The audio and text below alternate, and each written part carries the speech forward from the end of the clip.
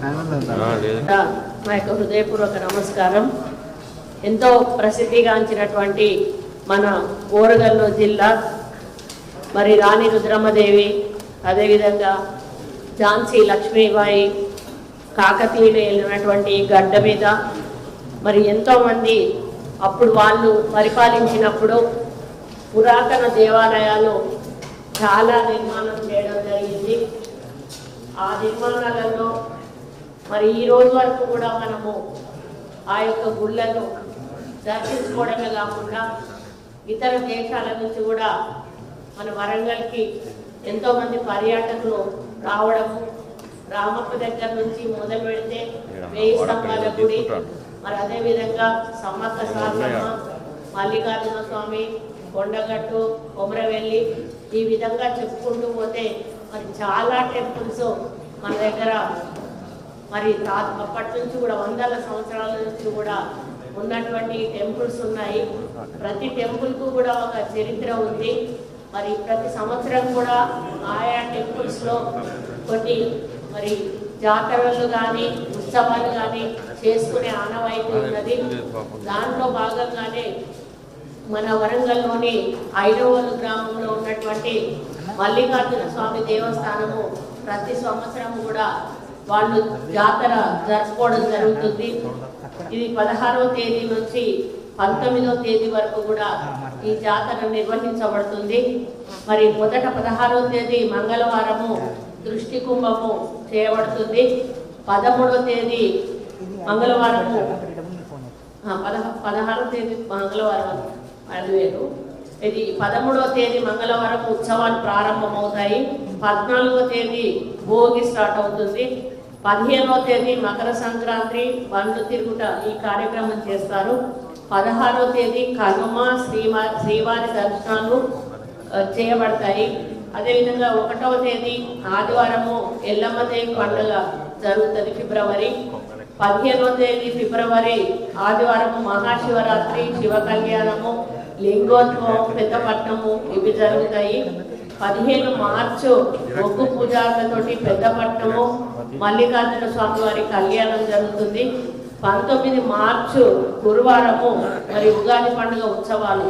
ఇవంటే December 16 నుండి మళ్ళీ జనవరి, ఫిబ్రవరి, మార్చి వరకు కూడా ఈ కార్యక్రమాలు కొనసాగుతాయి. దాదాపు నెల రోజులు కూడా ఈ కార్యక్రమాలు కొనసాగుతున్న సందర్భంలో మరి ఫస్ట్ ఇప్పుడు వచ్చేటువంటి స్వామివారి బ్రహ్మోత్సవాలు 13 నుంచి 19 వరకు కూడా మరి జరిగేటువంటి కార్యక్రమాలను దృష్టిలో పెట్టుకొని ఈరోజు రివ్యూ మీటింగ్ కండక్ట్ చేసి అన్ని డిపార్ట్మెంట్స్ యొక్క అధికారులను ఆహ్వానించి మరి రేపు వచ్చే భక్తులకు ఎటువంటి సౌకర్యాలు కలిగించాలి, మరి ఎటువంటి ఇబ్బంది లేకుండా భక్తులు ప్రశాంత వాతావరణంలో దర్శనం చేసుకొని మరి వాళ్ళ యొక్క మొక్కులు చెల్లించుకొని మళ్ళీ క్షేమంగా ఇంటికి వెళ్ళే విధంగా ప్రతి నిమిషము కూడా భక్తులను మరి కాపాడుకుంటూ చూసుకుంటూ అబ్జర్వేషన్ చేసుకుంటూ ఎవరికి ఇబ్బంది కలగకుండా చూసుకోవాలని, మరి అరేంజ్మెంట్స్ విషయంలో కూడా ఎక్కడ వెనక్కి తగ్గకుండా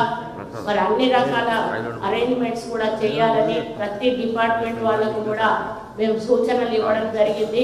ఎందుకంటే గత ప్రభుత్వంలో ఎప్పుడూ కూడా ఈ విధంగా రివ్యూలు పెట్టి జాగ్రత్తలు చేసిన సందర్భం లేదు.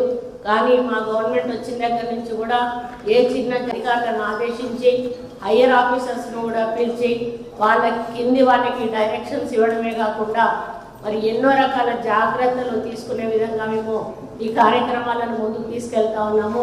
ఎందుకంటే జాతర అనంటే జాతర సమయంలో హెల్త్ ప్రాబ్లమ్స్ వస్తాయి, లేకపోతే ఇంకా ఏమైనా వాళ్ళకు ఇబ్బందులు వస్తాయి. అవన్నీ కూడా రాకుండా ఉండడానికి ఏ డిపార్ట్మెంట్ ఏ పని చేయాలి అని చెప్పి వాళ్ళకి అన్నీ కూడా ఈరోజు ఆదేశాలు ఇవ్వడం జరిగింది. అంతేకాకుండా అవసరమైతే మీరు అవుట్ సోర్సింగ్ పెట్టుకోండి, అవసరమైతే వాలంటీర్లను పెట్టుకోండి, అన్ని రకాలుగా కూడా ఈరోజు ఈఓ గారికి మేము వారికి సందేశం ఇవ్వడమే కాకుండా వాళ్ళకి ఆ యొక్క అధికారాన్ని కూడా ఈరోజు అప్పచెప్పడం జరిగింది. ముఖ్యంగా ఇందులో పోలీసు పాత్ర కూడా ఎక్కువ ఉంటుంది. పోలీస్ డిపార్ట్మెంట్ వాళ్ళు కూడా వాళ్ళు చేయవలసిన విధుల గురించి కూడా విన్నవించడం జరిగింది. అక్కడ సర్వేలెన్స్లో మొత్తం కూడా దాదాపు 16 సీసీ కెమెరాలు పెట్టడం జరిగింది. అక్కడ ఏ చిన్న ఇన్సిడెంట్స్ జరిగినా కూడా మరి వాళ్ళు తప్పించుకోకుండా అక్కడ ఆ యొక్క జాగ్రత్తలు తీసుకోవడం జరిగింది. హెల్త్ క్యాంప్స్ పెట్టడం జరుగుతూ ఉంది. మరి అదేవిధంగా నిత్య అన్నదానం కార్యక్రమం కూడా అక్కడ ఉంటుంది. ఈ విధంగా ప్రతి ఒక్క డిపార్ట్మెంట్ నుంచి కూడా ఆ విధంగా శుభ్రం చేయడానికి ఇప్పుడు గ్రామ పంచాయతీ నుంచి కూడా వాళ్ళు కావాల్సినంత మందిని కూడా రిక్రూట్ చేసుకొని నీట్నెస్ అనేది మెయింటైన్ చేయాల్సిన అవసరం ఉంది. అది కూడా చెప్పాము. అదేవిధంగా ప్లాస్టిక్ ఫ్రీగా ఈ జాతర జరపాలి. ప్లాస్టిక్ వల్ల మనం నష్టపోతున్న విషయాన్ని కూడా వాళ్ళ దృష్టికి తీసుకొచ్చి ఇప్పుడే వాళ్ళకి ఇన్స్ట్రక్షన్స్ ఇచ్చి ప్లాస్టిక్ బ్యాన్ చేయండి, ఎవరు ప్లాస్టిక్ యూజ్ చేసినా వాళ్ళ మీద చర్యలు తీసుకోండి అని కూడా వారికి చెప్పడం జరిగింది. మరి ఈ విధంగా అన్నింటి మీద కూడా ఒక్క విషయాన్ని కూడా మేము వదిలిపెట్టకుండా మరి బస్ స్టాండ్ అరేంజ్మెంట్ ఎట్లా ఉండాలి, వీళ్ళకు చలవ పందిర్లు ఏ విధంగా వేయాలి, మరి వాళ్ళకు వాటర్ ఫెసిలిటీ ఏ విధంగా కల్పించాలి, టాయిలెట్స్ ఏ విధంగా ఉండాలి, మరి దర్శనాలు చేసేటప్పుడు విఐపి దర్శనం ఏ విధంగా ఉండాలి, మహిళలు, వృద్ధులు, వికలాంగులు, మరి పిల్ల తల్లులు, ప్రెగ్నెన్సీ ఉమెన్ ఏ విధంగా వెళ్ళాలి, సామాన్య భక్తులు ఏ విధంగా వెళ్ళాలి, మరి ఆ భక్తులు వెళ్ళేటప్పుడు కూడా విఐపి దర్శనం జరిగేటప్పుడు సామాన్య భక్తులకు ఇబ్బంది కలగకూడదు అనే విషయాన్ని కూడా చెప్పడం జరిగింది. మరి ఈ విధంగా అన్ని రకాల ఏర్పాట్లు కూడా మరి స్థానిక ఎమ్మెల్యే గారు ఇప్పటికే వారు పరిశీలిస్తూ ఉన్నారు. దాదాపుగా కలరింగ్ అదంతా కూడా అయిపోయింది. ఇప్పుడు మరి మిగతా ఏమైనా పనులుంటే వారి పర్యవేక్షణలో అవన్నీ కూడా చేయబడతాయి. ఈ జాతరను మొత్తానికి అందరం కలిసి కూడా చాలా ప్రశాంత వాతావరణంలో సక్సెస్ అయ్యే విధంగా మరి పూర్తి చేయబోతున్నామని ఈ సందర్భంగా తెలియజేయడానికి సంతోషిస్తాము. Thank you.